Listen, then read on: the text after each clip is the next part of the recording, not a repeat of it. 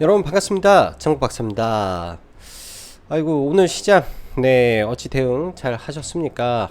아무래도 참 우연인지 아닌지 모르겠으나 지난번 추석 연휴 그리고 2주 전 연휴 그리고 이번에 연휴까지 해서 매번 연휴가 있는 다음에 국내 증시가 매우 혼조세가 아니라 굉장히 힘든 시장이 좀 연속이 되고 있습니다.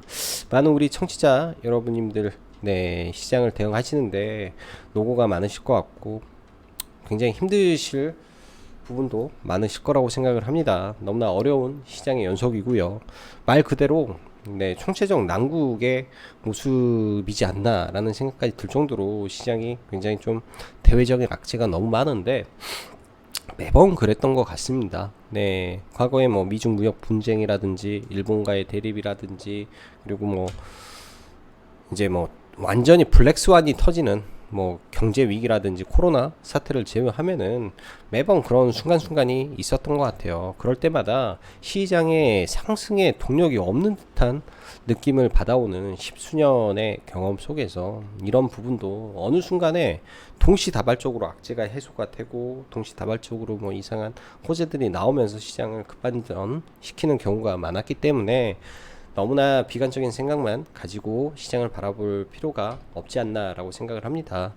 물론 시장 많이 어렵고 뭐 추가적으로 하락을 할 수도 있겠지만은 그렇다고 시장 무너지고 회사 망하는 거 아니기 때문에 내가 보유한 회사에 문제만 없다면 긍정적인 시각도 유지를 하고 시장을 바라보고 객관적인 흐름 속에서 시장을 대응하는 게 현명한 판단이지 않나라고 생각을 합니다. 참 우리나라 휴장이었던 어제만 하더라도 이 어디죠? 아시아 증시가 대부분 상승을 했죠. 일본도 그리고 홍콩도 중국도 기타 아시아 증시들이 뜨거운 모습을 보였기 때문에 사실 국내 증시가 열렸더라면 그런 부분을 동참했을 수도 있었던 하루였지 않나라고 생각을 합니다. 그렇지만 전일 미 증시가 전강 후 야각으로 마감을 하다 보니까 특히 이제 발표된 고용 지표의 쇼크 그리고 추가적인 이 국제 유가의 상승 속에서 인플레이션 우려가 가중이 되면서 시장이 전체적인 하락을 좀 받았는데요. 이러한 인플레이션이 확대되면서 기업들의 이 비용 증가로 인한 이 이익률 감소에 대한 불안 요인 그리고 OECD의 이 최저 법인세 15%에 대한 통과 부분까지 겹치면서 전일 미 증시가 좀 추가적으로 하락을 하고 마무리가 됐다라고 생각을 합니다. 오늘 뭐 시작하기에 앞서서 해외 증시 잠시 체크를 하고 좀 넘어가 보면 좋을 것 같은데요. 일단은 나스닥 뭐야 이거 일단은 나스닥 선물을 잠시 좀 체크를 해 볼게요. 아까 우리나라 시장 마감할 때까지 보았을 때 마이너스 0.5% 정도 선에서 움직였던 이 나스닥 선물 관련해서는 일단은 뭐 상승 반전했기 때문에 아마 외환도 조금 떨어지지 않았을까라고 생각이 드네요. 외환도 좀 떨어졌네요. 일단 외환 그러니까 원달러 환율이 2,000원을 오늘 장중에 넘었었죠. 이런 부분은 분명 외국인 수급에는 부담적인 요인이 될 겁니다. 그렇지만 이 환율의 안정을 일단은 지켜봐야 될 것 같고 오늘 금통위의 이 금리 인상이 이제 동결이 됐죠. 근데 이런 부분은 어차피 연내할 것이다 라고 시장에서 반영을 하기 때문에 크게 시장에 영향을 줄 거로는 보이지 않고요.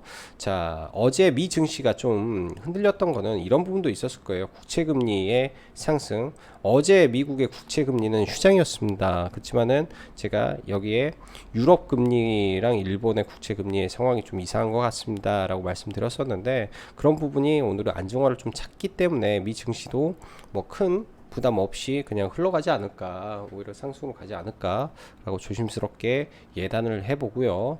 원자재 관련해서는 여전히 WTI라든지 브렌트 유가 80달러 이상에서 유지가 되고 있는데 결국은 공급 확대 그러니까 과거 같으면은 이런 국제 유가라든지 이런 상승이 오히려 시장에는 그렇게 부정적으로 작용을 많이 하지는 않았습니다. 최근에는 이 중국의 전력난으로 인한 공급망 훼손 부분이 문제가 되고 있죠. 중국에서 석탄 관련해서 그리고 리커창 총리가 각 지방 정부에 강제로 뭔가 이 전력을 중단한다 그런 짓을 하지 마라 라고 지시를 했고, 사실 산시성의 홍수만 아니었다면 이 석탄 관련해서 채굴을 늘려라 라고 말을 했습니다. 기존에는 중국에서 석탄 채굴을 막았기 때문에, 근데 몽골과 산시 쪽에 막아놨던 석탄의 채굴을 확대하자라고 하면서 사실은 석탄 가격이 안정이 됐었는데, 단기적인 이 자연재해 발생으로 인해서 추가적으로 지금 흔들렸다라고 보여집니다. 이런 부분은 제가 봤을 때는 해소가 될 수 있는 부분이라고 생각이 되기 때문에 좀 긍정적으로 봐야 될 것 같고요. 오늘 같은 경우에는 이러한 이 국제 유가라든지 가스, 원자재 관련주들이 시장에서 뭐 지수 하락을 하니까 단기적으로 강한 테마를 좀 이어갔다 라고 보여집니다. 뭐 해외 증시를 보고자 하지만은 뭐 얼마 빠진 게 없잖아요. 해외 증시 뭐 다우라든지 나스닥, 국내 증시랑 비교했을 때 뭐 나스닥은 좀 밀렸지만 크게 뭐 밀렸다라고 보기는, 그래서 비교 대상으로 삼기는 좀 그렇고요. 일단 국내 지수를 보면 고점 대비해서 그렇게 많이는 아직까지 밀리지 않았죠. 10몇 프로 밀려 있는 상태인데, 일단 단기적으로 이 RSI 지표의 더블 바닥을 보는 가정이 있을 수도 있다라고 말씀드렸습니다. 일단은 저점을 이탈하지 않은 선에서 이런 바닥을 잡고 좀 움직이는지 여전히 체크를 해야 될 것 같고, 코스피도 마찬가지죠. 일단 코스피는 오늘 삼성전자의 홍라이 여사 2조 원대 이 재산세 상속세 이슈가 더해지면서 완전 쇼크 수준으로 삼성전자가 빠졌었는데요. 이런 부분이 단기적으로 시장에 악영향을 굉장히 크게 시켰다라고 보여집니다. 이 코스피 차트보다도 이 선물 연결지수 차트로 좀 보면 유리할 것 같은데, 375포인트에 지금 푸 포지션이 강하게 유지가 되어 있습니다. 사실 이런 부분 떨어져서 그냥 청산을 시키고 올라가면은 서로 그냥 깨끗하게 가지 않을까 라고 생각이 들고, 오늘의 하락은 기존에 쌓여있던 공매도에 삼성전자의 이 쇼크 같은 악몽 같은 하락 더해지면서 신용 반대 매매 전에 나오는 선물량들이 더더욱 시장에 영향을 좀 주었을 거로 예상이 됩니다. 어쩔 수 없이 이런 구간에서는 시장 대비 강한 종목 위주, 트렌드에 맞는 종목, 최근 대량 거래가 수반되는 종목 위주에서 시장을 보는 게 유리하고요. 아무래도 그렇지 않은 종목 같은 경우에는 빠져있는 종목군들이 뭐 1, 2, 3, 4, 5, 6, 7, 8, 9 중에 8개 종목이기 때문에 수급이 분산될 수가 없죠. 그러면은 2개 남은 종목의 수급이 몰릴 수밖에 없습니다. 그런 상황이 지금 연속되다 보니까 빠져있는 종목군들이 상대적으로 반등을 크게 해주지 못하는 모습이 좀 연속이 되고 있어서, 이런 부분이 조금 아쉽다라고 좀 보여지고 그렇게 느껴지는 부분인 것 같아요. 자, 오늘 종목군들 좀 보고 마감하도록 하겠습니다. 주말 사이 국제 유가가 80달러를 돌파하면서 관련 종목군들이 좀 오늘 크게 움직였죠. 사실 저는 오늘 이쪽 종목이 그렇게 크게 갈까라는 생각을 좀 했었는데, 생각보다 굉장히 강하게 올랐습니다. 시초가부터 뭐 거의 9% 떠서 움직여서 중앙에너비스는 공략을 좀 안 했고, GSE 같은 경우에는 전일 한 얘도 거래 대금이 1600억 가까이 터졌었죠. 그래서 얘만 좀 짧게, 이 친구만 좀 짧게 한 4~5% 정도 매도를 좀 했는데, 생각보다 또 훨씬 많이 가서 좀 배가 아팠던 그런 정도의 모습이었습니다. 그 외에 나머지 종목군들은 보진 않았고요. 넥스트 BT가 이제 석탄 관련 대장주인데, 장중에 일단 이 중국 산시성 홍수 관련된 이슈는 일부 반영이 됐다라고 생각을 합니다. 시간에 지금 상하게 가 있는데, 내일 올라가면 아마 위에 고점 맞고 다시 떨어질 가능성이 있지 않나 생각을 해서 추격 매수는 별로이지 않나 라고 생각이 들고요. 추격 매수는 별로이지 않나 라고 생각이 들고, 그 외에 오늘 최근에 이제 이 약세를 보였던 뭐 LX 인터내셔널이라든지 이런 철강 섹터, 그러니까 이 상사죠. GS 글로벌 그리고 포스코 인터 등등 이런 종목군들은 대체로 반등이 좀 나왔다라고 보여집니다. 그러나 반면에서 삼성전자, SK 하이닉스 등이 굉장히 크게 충격을 받았는데요. 삼성전자는 어디까지 밀려야 될지 저는 사실은 가늠을 잘 못하겠고, SK 하이닉스 같은 경우에는 일단은 매를 진짜 많이 맞았습니다. 매를 많이 맞아서 이런 구간까지 내려오는지 저는 좀 체크가 필요할 것 같아요. 여전히 제가 볼 때는 이렇게 이 구간을 추세를 깨고 내려와야 될 정도의 종목이 아니라고 판단을 하고 있기 때문에 그 믿음 하에서 이런 추세권 기다려 보는 것도 좋은 전략이지 않나 라고 생각이 들고, 오늘 같은 경우는 LG화학이 그간 매를 많이 두드러 맞은 다음에 좀 많이 올라왔죠. 네. 이 GM 리콜 관련된 충당금 이슈까지 있었음에도 불구하고 좀 강하게 올라왔다라는 건데, 일단 스텔란티스와 협력 가능설이 나오면서 주가가 좀 강하게 움직였고요. 그에 따라서 이 LNF라든지 밸류체인에 있는 종목군들도 굉장히 강하게 좀 올라왔다라고 보여집니다. 너무나 2차전지 종목군들은 높은 위치에 있어서 사실 이 매매하기가 저로서도 사실 겁나는 부분이 많아요. LNF라든지 세로닉스 등등이 지금 오늘도 추가 상승을 하고 내일도 상승을 하려고 하는데 사실은 접근하기가 쉽지는 않은 것 같습니다. 그래서 지난주 금요일 날 그런 종목을 말씀드렸죠. 우신 시스템과 DNF 테크놀로지, DA 테크놀로지 두 종목엔 특히 DA 테크놀로지에 대한 언급을 드렸어요. 네, 저가 매수 가능하다라는 말씀을 드렸는데, 사실 이 종목도 초에 좀 더 빠지기를 개인적으로는 기다렸습니다. 그래서 종가에 잡으려고 좀 대기를 많이 했었는데, 사실 좀 많이 아쉽네요. 저점 매수를 강하게 들어가지 못해서 좀 아쉬웠고요. 이 종목은 이렇게 좀 해서 원하는 구간에 일부 매도를 하고 다시 좀 물량을 매도한 거에 일부를 좀 채워서 일단 좀 넘어가 봅니다.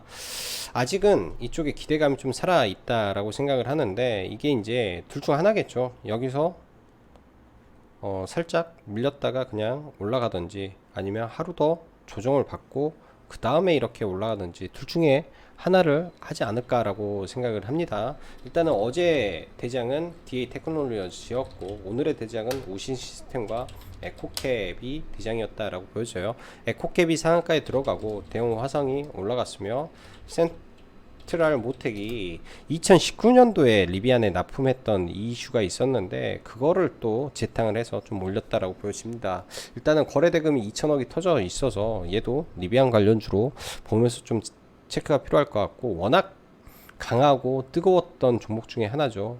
한번 올라왔을 때 팍팍 올라왔던 종목이기 때문에 그런 끼를 한번 믿고 체크를 해 보시면 좋지 않나 라고 생각이 듭니다. 자, 이재명 관련주 잠깐 보죠. 이재명 관련주 정치 인맥주들을 안 보는 게 좋지 않나 라고 말씀을 드렸었는데요.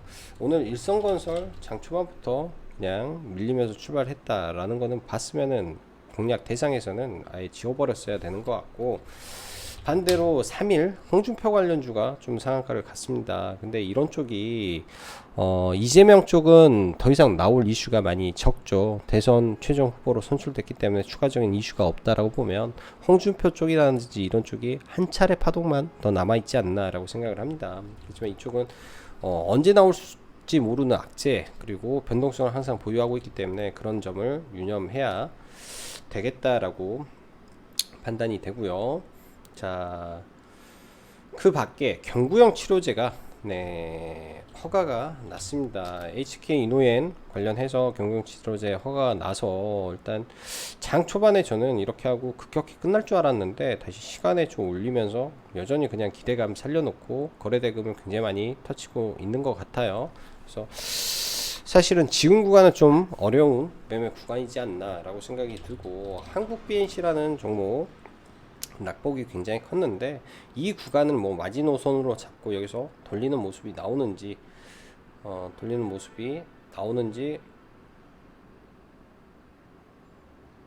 정도 체크를 하면 좋을 것 같습니다. 오늘도 이렇게 해서 매매는 했는데요. 사실 여기가 물량을 한 30% 정도 가지고 있으면서 한 6, 7%대 수익이었는데 개인적인 목표를 26,000원으로 잡아놨더니 매도가 안 돼가지고 그냥 매수 대응으로 그냥 넘어갔던 것 같습니다. 매수 대응으로 좀 넘어갔고요. 덱스터 덱스터는 계속 언급을 드리고 있죠. 덱스터는 계속 언급을 드리고 있고 그냥 눌림으로 네, 주요 구간마다 눌림으로만 좀 대응을 하고 있는 것 같아요. 보니까 이제 제 매수 단가 근처에 종가가 마감이 됐는데 시간 외에서 한국 뭐 무슨 금융 증권금융이라든가 거기에서 투자가 늘렸다라는 이슈가 나오면서 일단 올랐던 것 같아요. 의미 있는 구간에서 눌림은 해볼만 합니다. 의미 있는 구간에서 눌림의 자리이기 때문에 충분히 공략할 수 있는 구간이었다라고 생각을 하고요. 제가 원하는 구간에서 그냥 뭐 단기 트레이딩 정도로 매매를 했던 종목이었던 것 같습니다. 덱스터 같은 경우는 쉽게 죽지는 않을 것 같은데 주가의 위치는 높죠. 그러나 이 구간이 완전히 이탈이 하지 않는다면 11월 달에 있을 지옥이라는 이 넷플릭스 드라마까지도 연결될 수 있는 부분이기 때문에 지속적으로 봐야 될 것 같고 오늘 이 경구용 치료제 외에 SK바이오사이언스가 삼상 이슈가 붙으면서 네, 삼상 이슈가 붙으면서 기울적 반등을 나왔어요. 이것도 네, 이런 아주 의미 있는 구간에서 나오는 반등의 자리고요. 여기에서 얼마나 강한 데드캣 바운스가 나올지 아니면 횡보 후에 다시 올라갈지 좀 더 체크해서 봐야 될 것 같습니다. 지금은 제가 스윙 종목을 도저히 시장에서 빼낼 구간이 없기 때문에 강한 종목군들 위주로 보기 때문에 이런 점은 참고해서 보시면 좋지 않나 라고 생각이 들고 내일장도 여전히 이 오늘 강했던 종목군들 기준점이 있던 종목군들 위주에서 좀 움직일 가능성이 저는 높지 않나 라고 조심스럽게 예상이 되네요. 지금 이제 OCI 같은 경우도 이 폴리실리콘 가격이 안정화가 되기 때문에 이런 자리에서 바닥을 잡고 올라가는 흐름 체크를 해야 될 것 같고 시장이 일단 안정이 됐을 때 본격적인 종목에 대한 추가적인 리뷰를 해 드리도록 하겠습니다. 자, 오늘 굉장히 어려운 시장 대응하시느라 수고 많으셨고요.